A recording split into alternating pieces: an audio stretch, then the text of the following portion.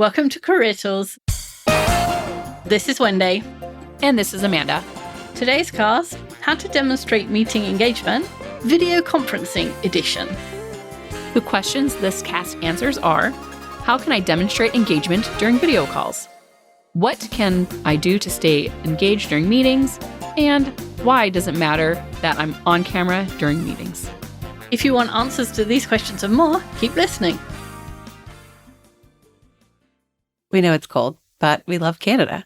So we'll be in Ottawa February 4th and 5th for an EMC and ECC. Come to our conferences, get trained on how to manage teams and communicate with colleagues. February 4th and 5th, Effective Manager and Effective Communicator events in Ottawa. Come see us by signing up at manager-tools.com/training. When I started writing this podcast, I thought about meetings and conferencing, and the first thing that went into my mind was my Zoom screen and not a meeting room. It seems that in the last, I guess since the pandemic, the meaning of meeting now means a video meeting because they're so much more common than in-person meetings. And at the beginning of the pandemic, when we first had to do video meetings, we were all super careful. I remember having conversations about ring lights and what colors show up on the screen and all sorts of things. And we all were very conscious of being early, of making sure our tech worked like 20 minutes before a meeting. And we were worried about the software and didn't know where to press and what things did what. And really unaccustomed to being on camera and seeing our face as well as seeing other people's faces through a camera, which is different to being online. But like everything, we've grown used to it. It's like buying a new car. At the first, you baby it and you take it to the garage and you take it to the car wash and you have it shined like by hand because you don't want those nasty brushes scratching things. And then after a while, like every new car, it becomes your car and you don't worry about cleaning it. And there's, rubbish and trash inside it because we don't have time to clean it up. And it's just our car. And the same thing happens with video conferencing. There was that time when it was the new car and we were really looking after it. And now it's just the thing we do. And we've kind of forgotten some of those etiquette things or things that made it easier in the beginning that could still be useful. So this is both a list of recommendations for video meetings, but also an opportunity to reset your behavior or think again about the way you're doing video conferencing, the way you're showing up, and whether or not that's the most effective way to do it. So what we're going to cover today is, first, be early, then camera on, and maintain alert and attentive body language, then take notes, and finally, contribute to the discussion. Pretty easy. So especially be early. So arriving to meetings on time, or better yet, early, because there's benefits to being early, is a sign of your respect and professionalism. Like, you don't turn up late to funerals because that's disrespectful. Kind of the same things with meetings, though I hope you have less. Oh, and obviously, there's some nuance here. There are always times when we're late because a meeting runs over, or we have a technical issue and, the technology refuses to work and you have to shut down your whole system before it'll do anything again. Or maybe you went out to lunch and the meeting's after lunch and the errand that you took longer than you thought it was going to. And all of those things, like everybody is late for a meeting every now and again. But if you are consistently late to a meeting or more than one meeting, it kind of gives the impression that you're not interested in the meeting at all. And that's not a good impression to be giving if you're career focused. Yeah, and I don't know about everybody else, but the one time that I show up exactly on time is exactly when my technology fails me. Or when I'm like, oh, it's fine every time, and then I don't show up early, that's when everything goes awry. Yeah. And then you're stressed. Like going into the meeting stressed is never a fun thing. And I mean, for many organizations, being on time now means joining the call at that exact scheduled start. For 3:00, you're going to sign in, hit that attend button right at 3:00 for that meeting. So let's call that essentially the good standard. It's better than being late. Yeah, right. We're going to call that the good standard. It says, my clock still says 3. I'm logged in at 3. That's the good standard, right? However, the better standard is going to be to join a few minutes early. And that's not 10 minutes early. It's even just 2 to 3 minutes, just so you are set and ready to go right at that time and make sure everything's working. Arriving early not only gives you a chance to resolve technical issues, you can open the necessary documents, you can organize your notes, but also demonstrates that you value the other people's time. And that's the big takeaway. It's about the other people's time. If others arrive early, you'll also have some time for that relationship building, because we always circle back to the relationships. But even if no one else joins early, they'll notice that you're already on there when they arrive, which signals your commitment and gives a positive overall impression. And like we said, you probably can't do it every single time, but if your standard is to be a couple of minutes early, you reap the benefits of having that calm start and being able to chat and all of those things. Next, camera on, which is a little bit controversial. So we'll explain why, and then we'll give you some outs. So the easiest and most impactful way to say, I'm here, I'm paying attention, I'm ready to contribute, is to have your camera on during the video meeting, because people can then see you are there, you are ready, and you're ready to speak. But the standard in many companies has become camera off. So just turning your camera on is enough to make you stand out. I read a bunch of stuff while I was looking at this topic of people that said, I only turn my camera on if there's a VP or higher on the call, which seems like a really odd thing to make your standard, right?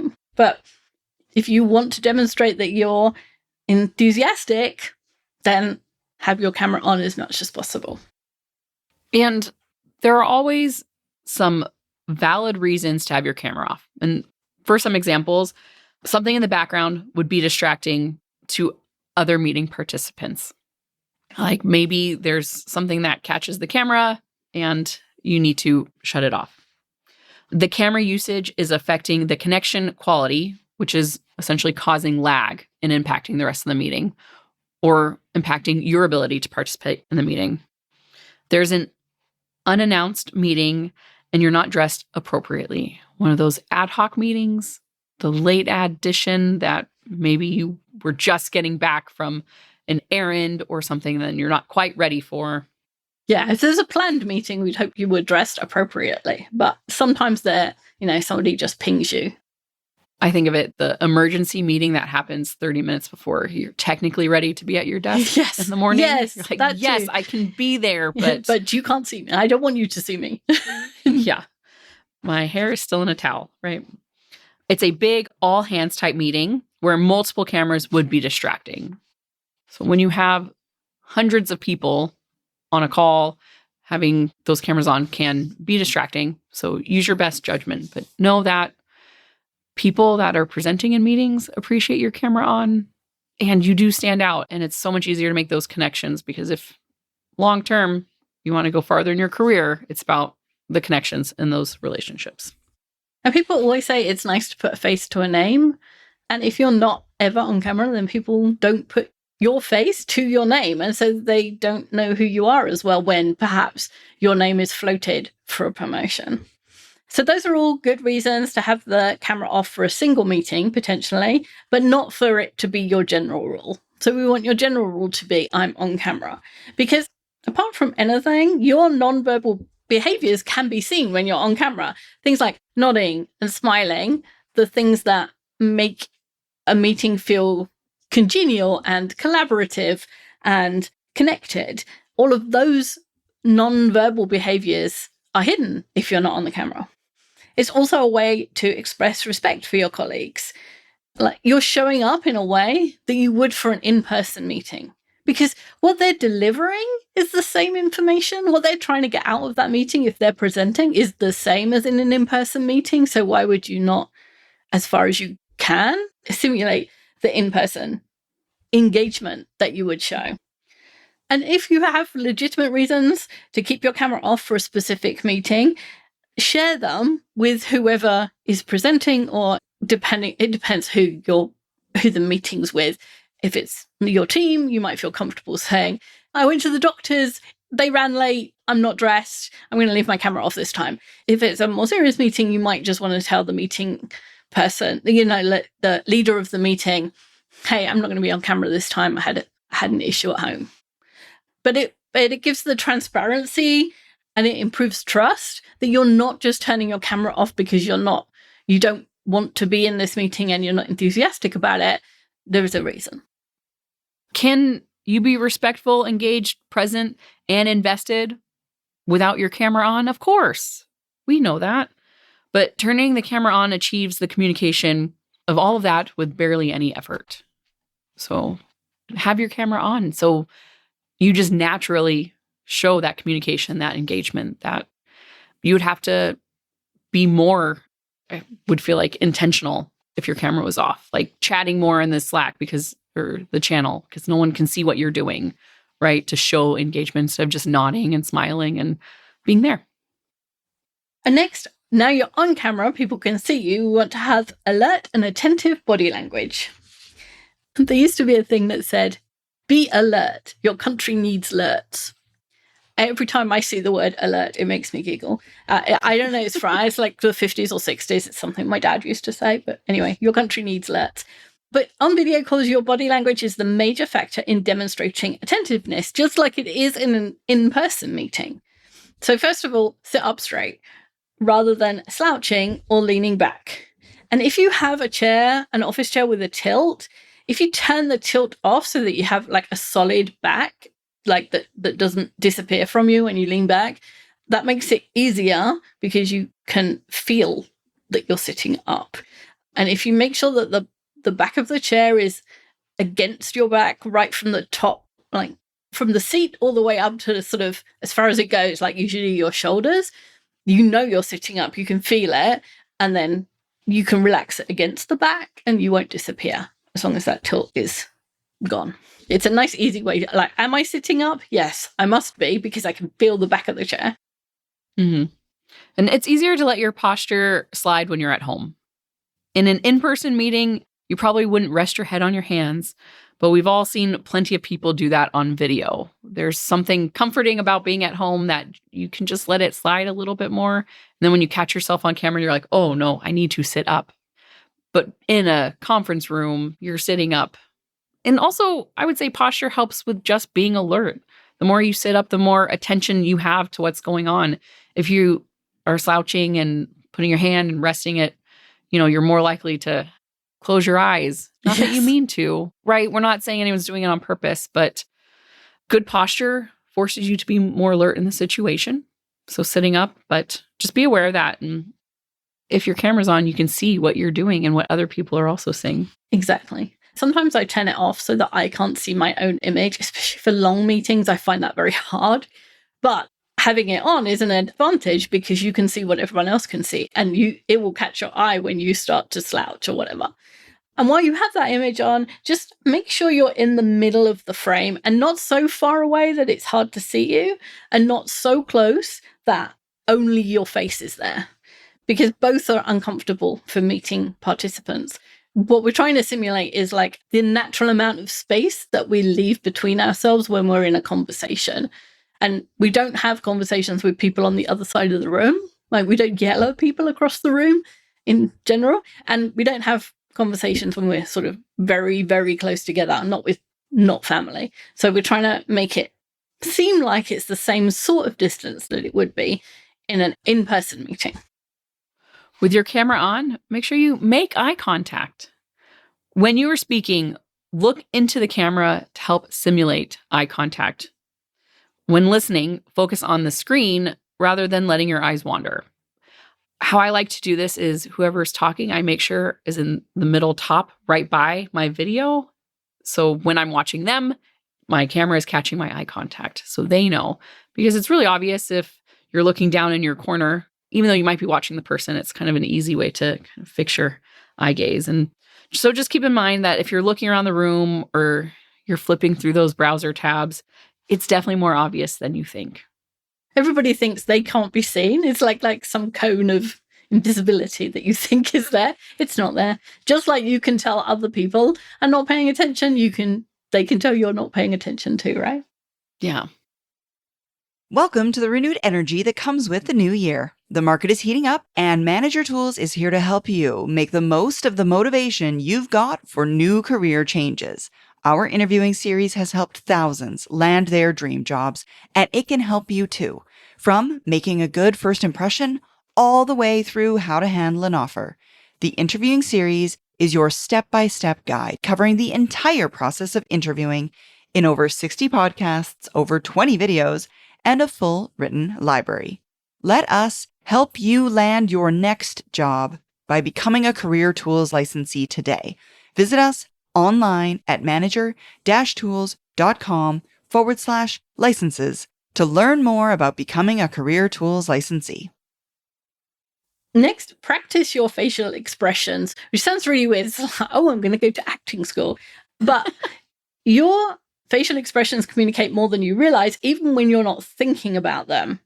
And so what can happen is you're in the meeting, you're watching what's going on, you are paying attention, but you're not thinking about what your face is doing, and your face kind of goes to this like slightly glazed over look. So in order to avoid appearing checked out accidentally, you want to practice showing reactions that reflect your interest in the discussion, which feels kind of weird and deliberate at first, but over time it becomes more natural. So it's just a case of like every now and again thinking, what is my face saying? Like, have I fallen into resting face? Because a lot of our resting faces, including mine, says something not that I wouldn't want to say, but even that I don't actually mean to communicate. Like, it's not how I feel. It's just the way my face is, as it is for many people. So I have to pay attention to what I'm doing. Every now and again, I have to ask myself, like, what's my face saying? Yeah. And when your video's on, you can check in on yourself. It's a very quick way of what are other people seeing, which is almost more helpful than when you're in an in-person meeting, because you have no idea what your face is doing. At least I don't. I do know when people ask me what's wrong that my resting faces come out, but at least on video, I can check in and say, okay, I am paying attention, but are my non-communication modes still working as well? And as we become more comfortable with video meetings, it's easy to let those expressions relax, which can sometimes give off that wrong impression or unintentionally reveal negative emotions. So we talked about we don't do it on purpose, but also sometimes you want to mask some of those negative reactions, and your camera on can actually help you do that. Paying attention to how your face reflects your thoughts can make sure you're sending the right message. It can also help you practice, right? You can give yourself immediate feedback on what you are doing during meetings. So when people are constantly asking me what's wrong, I'm like, okay, I know I'm making that face, and I know I should just smile more and nod, because that helps me not go into my resting face. Even though I'm happy to be there and I don't have the negative, sometimes I do. So we smile and nod. So it's good practice. Yeah. And that negative thing is like, it's not necessarily something major. It could be, it's too early and my coffee hasn't kicked in yet, and you just don't want to convey that, especially to a 10 o'clock meeting or 11 o'clock meeting, right? That seems a little late to be still waking up, but sometimes we are. So next is make supportive statements. So saying things like, or good idea, or great job, or just smiling and nodding are all things that we do naturally when we're in a face-to-face conversation. We'll kind of make those noises, I guess. They're not even like those kind of things. And in video meetings, because we often have the microphone off as well as the video, those statements can't be heard. So this is one good reason to keep the microphone on. At Manager Tools, we always have the microphones on unless there's a noise in the background that's distracting. So if somebody's in an airport, for example, then they don't keep their microphone on, because obviously we wouldn't be able to hear over the noise of, 1,000 people moving around. But in general, having the microphones on means that the person who's presenting can hear everybody say, oh, good, and well done, and great job, whatever supportive things we're saying. It also means it delays the meeting less when you have a question, because the person can hear the first word that you say rather than faffing around like trying to turn the microphone on, and then it's like they've already done 3 more sentences and you have to go back. And whereas if I say Amanda, she can hear that right away and stop, ready for my question. So if you find video meetings annoying because they drag on, that's one reason to keep your microphone on. Yeah, those quick responses. And sometimes you can see people trying to unmute. Yes. Like, oh, I can't help you. Just stay off. And if you need to, mute yourself and then come back on. Just help the conversation going. Next is take notes. Take your own handwritten notes during meetings, even if you have access to all that AI note-taking and recording tools. I know the technology is vast out there, but we still recommend those handwritten notes. When other people in a meeting see you taking notes, it sends a clear signal that you're actively engaged in the discussion. When they can't see you writing, attendees may be unsure whether you're using AI tools or simply not engaged enough to take notes yourself. I don't know if you've ever been in the meeting when you're like, hey, you might want to write that down. Yes. Like, did you catch that? Yes. Right. I know I'm like, hey, this isn't on the slides. No one's doing, okay, cool. We'll come back to it. And they might be taking meeting or notes, but when you can see someone write down, you're like, okay, I know they got it. I can move on. And as a presenter, that's really nice, a really comforting thing, right? Because you're presenting for a reason. You want people, you're trying to convey information, and knowing that someone's got it is like, that's the whole point of you going to the effort of being there and speaking. Yeah. I would say that's at any meeting, right? Exactly. If someone's on the agenda, their information is important. And it's really nice feedback to know that it at least got across and people have it written down somewhere. Yeah.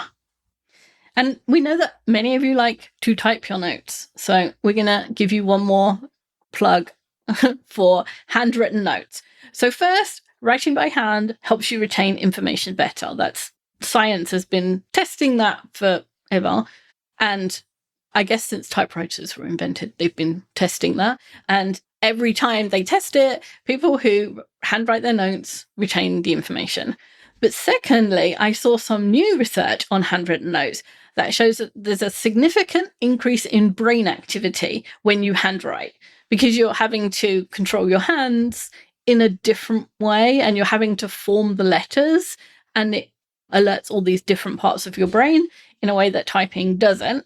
And so that means that not only are you demonstrating your engagement, but you're also increasing your own focus and reducing the likelihood of distraction, right? Your brain is actually focused on what you're doing. And so you're less likely to be distracted, and you're less likely to kind of drift off. For those of us who tend to drift off, if you're focused on writing down what somebody is saying and all of those brain bits are focused on that task, then you're less likely to be distracted and to go into resting face and all these things that we've said that we want to avoid.